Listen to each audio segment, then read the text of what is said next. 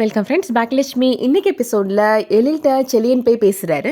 மனசுக்கு ரொம்ப வருத்தமாக இருக்குது, நான் ரொம்ப தப்பு பண்ணிட்டேன் அப்படின்னு சொல்கிறாரு செலியன். பண்ணது தப்பே இல்லைடா, பெரிய அச்சீவ்மெண்ட், சாதனை, உனக்கு எல்லாருமே பாராட்டி அவார்ட்லாம் கொடுப்பாங்க அப்படின்னு நக்கலாக சொல்கிறாரு எழில். ஜெனியை பற்றி கொஞ்சமாவது யோசிச்சு பார்த்தியா, கை குழந்தை வச்சுட்டு அவங்க எவ்வளோ கஷ்டப்படுவாங்க அப்படின்னு சொல்கிறாரு எழில். என்னிட்ட நீ ஃபோன் பண்ணி அவள் எப்படி இருக்கிறான்னு கேட்டு சொல்லுடா அப்படின்னு சொல்கிறாரு செலியன். நீ தப்பு பண்ணுவேன், நாங்கள் ஜெனிக்கு ஃபோன் பேசி சமாதானப்படுத்தணுமா? நம்ம வீட்டில் இருக்க யாருமே அவங்க கூட பேசவே முடியாது, நீ அந்த மாதிரி செஞ்சு வச்சிருக்கிற அப்படின்னு சொல்கிறாரு எழில். செலியன் சொல்கிறாரு, எனக்கு ஜெனியையும் குழந்தையும் பார்க்கணும், நான் ஜெனி வீட்டுக்கு போகணும், என் கூட வரியா? நான் தனியாக போகிறதுக்கு எனக்கு ரொம்ப கில்ட்டியாக இருக்குது அப்படின்னு சொல்கிறாரு. நேராக நீயே போய் பார்த்து பேசி 4 அடி வாங்கிட்டு வா, என் கூட வந்து நானும் அடி வாங்கணுமா அப்படின்னு சொல்கிறாரு எழில். நீ ஜெனிக்கு மட்டும் துரோகம் பண்ணல, அம்மாவுக்கும் தான் துரோகம் பண்ணியிருக்கிற அப்படின்னு சொல்கிறாரு. ஜெனி இந்த வீட்டை விட்டு போயிடக்கூடாது, நீ ஜெனி கூட வாழணும் அப்படின்னு தான் அம்மா முயற்சி பண்ணினாங்க அப்படின்னு சொல்கிறாரு. அதுக்காக எல்லார்ட்டையும் அம்மா திட்டு வாங்கி நின்றுட்டு இருக்கிறாங்க, அப்போ ஒரு வார்த்தை கூட அம்மாக்காக சப்போர்ட் பண்ணி நீ பேசலைல்ல அப்படின்னு கேட்குறாரு. நல்லா இருக்கும் போதெல்லாம் அவர் பின்னாடி போகிறீங்க, ஏதாவது பிரச்சனைன்னு வந்தால் மட்டும் அம்மாவை மாட்டி விடுறீங்க அப்படின்னு சொல்கிறாரு. எனக்கு உன் கூட பேசுறதுக்கே பிடிக்கல, நீ என்ன வேணாலும் பண்ணிக்கோ, என்னை மட்டும் கூப்பிடாத அப்படின்னு சொல்லிடுறாரு எழில். அடுத்ததான் செலியன் ஜெனி பார்க்கறதுக்காக ஜெனியோட வீட்டுக்கு போகிறாரு. கதவு தட்டுற சத்தம் கேட்டு ஜெனி எழுந்து வராங்க. வெளியில் செலியன் தான் நிற்கிறாரு அப்படின்னு பார்த்த உடனே வேகமாக கதவை சாத்திடுறாங்க. கதவை தோற ஜெனி, நான் உன் கூட பேசணும், நான் பண்ணது தப்பு தான் அப்படின்னு சொல்லி கத்திட்டு இருக்கிறாரு செலியன். ஜெனியோட அம்மா இப்போ அவங்க வராங்க. கதவை திறக்கிறாங்க. ஒரு 5 மினிட்ஸ் நான் ஜெனி கூட பேசிட்டு போயிடுறேன் ஆண்டி அப்படின்னு சொல்கிறாரு செலியன். செய்கிற தப்பெல்லாம் பண்ணிட்டு எப்படி இங்கே வந்து நின்றுட்டுருக்குற அப்படின்னு கேட்குறாங்க ஜெனியோட அம்மா. ஜெனி உன்னை எவ்வளோ உண்மையாக நேசிச்சான்னு உனக்கு தெரியாதா? அவளை பற்றி இன்னொரு பொண்ணுகிட்ட போய் தப்பாக பேசியிருக்கிற அப்படின்னு கேட்குறாங்க.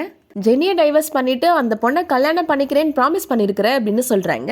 சொன்னதெல்லாம் பொய் ஆண்டி அப்படின்னு சொல்கிறாரு செலியன். எல்லாமே பொய் கிடையாதுல்ல, உன் சைட்லேருந்து ஏதோ தப்பு நடந்திருக்கு அப்படின்னு சொல்கிறாங்க ஜெனியோட அம்மா.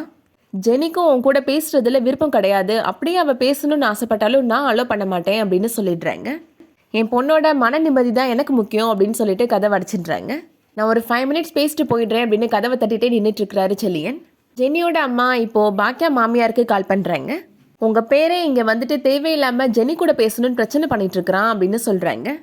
ஜெனி அவனோட பொண்டாட்டி தானே, அவன் பொண்டாட்டி கூட அவன் பேசக்கூடாதா அப்படின்னு கேட்குறாங்க ஈஸ்வரி. இப்போ தான் ஜெனி பொண்டாட்டின்னு தெரியுதா, வேறு பொண்ணு கூட சுற்றுப்பெல்லாம் தெரியலையா அப்படின்னு ஜெனியோட அம்மா கேட்குறாங்க. ஏதோ நடந்தது நடந்து போச்சு, ஜெனியும் செலியன்னு உட்காந்து பேசினாங்கன்னா எல்லா பிரச்சனையும் சரியாயிடும் அப்படின்னு ஈஸ்வரி சொல்கிறாங்க. என் பொண்ணோட வாழ்க்கையே போச்சு, உங்களுக்கு சீரியஸ்னஸ் புரியலையா அப்படின்னு ஜெனியோட அம்மா கேட்குறாங்க. அவன் வேறொரு பொண்ணு கூட அஃபேர் வச்சிருக்கிறான், நீங்கள் என்ன இவ்வளோ சாதாரணமாக பேசிகிட்டு இருக்கிறீங்க அப்படின்னு சொல்கிறாங்க. எதுக்கு இப்போ கோபப்படுறீங்க அப்படின்னு ஈஸ்வரி கேட்குறாங்க. நானாக இருக்கிறதுனால கோபப்படுறதோட நிப்பாட்டிடுறேன், இதே மற்றவங்களா இருந்தால் போலீஸ் ஸ்டேஷன் போயிருப்பாங்க அப்படின்னு ஜெனியோட அம்மா சொல்கிறாங்க. செலியனை இங்கேருந்து போக சொல்லுங்கள், இல்லை நான் என்ன பண்ணுவேன்னு எனக்கே தெரியாது அப்படின்னு சொல்லிட்டு ஃபோனை கட் பண்ணிடுறாங்க மரியம். செலியன் என்ன ஊரில் நடக்காத தப்பாக பண்ணிட்டான், அப்படியே மன்னிச்சு விட்டுற வேண்டியது தானே அப்படின்னு சொல்லிட்டு இருக்கிறாங்க ஈஸ்வரி. என்ன பாட்டு இவ்வளோ சாதாரணமாக சொல்லிட்டு இருக்கிறீங்க அப்படின்னு சொல்லிட்டு இருக்கிறாரு எழில். நடந்தது நடந்து போச்சு, அப்படியே விட்டுற வேண்டியதானே அப்படின்னு ஈஸ்வரி சொல்லிட்டு இருக்கிறாங்க. இங்கே ரொம்ப தப்பாக பேசிட்டு இருக்கிறீங்க அப்படின்னு சொல்கிறாங்க ராதிகா. நீ பேசாமல் அமைதியாக போயிரு அப்படின்னு ஈஸ்வரி சொல்லிட்டு இருக்கிறாங்க. ஓபி அப்பாவுமே சொல்கிறாரு, ஏற்கனவே இங்கே பஞ்சாயத்து போயிட்டு இருக்குமா, நீ கொஞ்சம் அமைதியாக ரூம்குள்ளே போமா அப்படின்னு சொல்லிடுறாங்க. அதுக்கு காரணம் பாக்கியா தான் அப்படின்னு பாக்கியாவை மறுபடியும் ஈஸ்வரி திட்டிட்டு இருக்கிறாங்க. எழில் சொல்கிறாரு, அது எப்படி உங்கள் பையன் தப்பு பண்ணாலும் இல்லை செலியன் தப்பு பண்ணாலும் பழி மட்டும் எங்கள் அம்மா ஏற்றுக்கணுமா அப்படின்னு கேட்குறாரு எழில். இதெல்லாம் பெரியவங்க விஷயம், இதெல்லாம் உனக்கு ஒன்றும் புரியாது அப்படின்னு ஈஸ்வரி சொல்கிறாங்க. எங்கள் அம்மாவை தப்பு சொன்னால் நான் கேட்க தான் செய்வேன், இங்கேருந்து வாமா அப்படின்னு கூப்பிட்டு போயிடுறாரு எழில். கோபி செலியனை போய் கூப்பிட்றதுக்காக போகிறாரு. செலியன் கூட பேசவே இல்லைப்பா அப்படின்னு சொல்லிட்டு செலியன் அழுறாரு.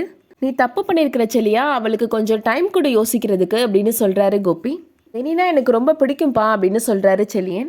நான் அவளை கஷ்டப்படுத்திருக்கவே கூடாது, நான் ரொம்ப தப்பு பண்ணிட்டேன் அப்படின்னு சொல்லி அழுறாரு செலியன். சீக்கிரமாகவே ஜெனி ஒன்று புரிஞ்சுப்பா, கண்டிப்பாக நீங்கள் 2 பேரும் சேர்ந்து வாழ்வீங்க அப்படின்னு சொல்லிட்டு இருக்கிறாரு கோபி. அம்மாவும் ரொம்ப பாவம்ப்பா, அம்மா நான் பண்ண தப்பை சரி பண்ணணும்னு நினச்சாங்க அப்படின்னு சொல்கிறாரு செலியன். ஜெனிகிட்ட போய் நீ பண்ண தப்பை சொல்லு, அவன் உன்னை ஏற்றுக்கிட்டானா நீ இந்த வீட்டில் இரு, அது வரைக்கும் என்னை நீ அம்மானே கூப்பிடக்கூடாது அப்படின்னு சொன்னாங்கப்பா அப்படின்னு சொல்கிறாரு செலியன். அம்மாவுக்கு ஜெனி மேலே நம்ம வீட்டில் இருக்கிற எல்லார் மேலேயும் அக்கறை இருந்திருக்குப்பா அப்படின்னு சொல்கிறாங்க. நான் கடைசி என்னால் இப்போ அம்மா தான் சஃபர் ஆகி நிற்கிறாங்கப்பா அப்படின்னு சொல்லி அழுறாரு. ஒரு முட்டாள்ப்பா அப்படின்னு சொல்லி அழுதுட்டுருக்கிறாரு. பாக்கியா ஜெனிக்கு கால் பண்ணுறாங்க, ஆனால் ஜெனி ஃபோன் அட்டன் பண்ணவே மாட்டேன்றாங்க. அதனால ஜெனியோட அம்மாவுக்கு பாக்கியா கால் பண்ணுறாங்க. ஜெனிக்கு ஃபோன் பண்ணேன், அவள் ஃபோனே எடுக்கலை அப்படின்னு சொல்கிறாங்க. அவள் எப்படி எடுப்பா, எந்த நம்பிக்கையில் நீங்கள் அவளுக்கு கால் பண்ணீங்க அப்படின்னு கேட்குறாங்க ஜெனியோட அம்மா. நடந்ததெல்லாம் தப்பு தான் அப்படின்னு சொல்லிட்டு இருக்கிறாங்க பாக்கியா. இதெல்லாம் சாதாரண தப்பு கிடையாது, எவ்வளோ பெரிய தப்பு, இதே இடத்துல நீங்களும் நின்றுருக்கீங்க அப்படின்னு சொல்கிறாங்க ஜெனியோட அம்மா. இதோட இன்னைக்கான எபிசோட் முடியுது. இந்த வீடியோ பிடிச்சிருந்துச்சுன்னா லைக் பண்ணிக்கோங்க. சீரியல் அப்டேட்ஸ்க்கு நம்ம சேனலை சப்ஸ்கிரைப் பண்ணிக்கோங்க. தேங்க்ஸ் ஃபார் வாட்சிங்.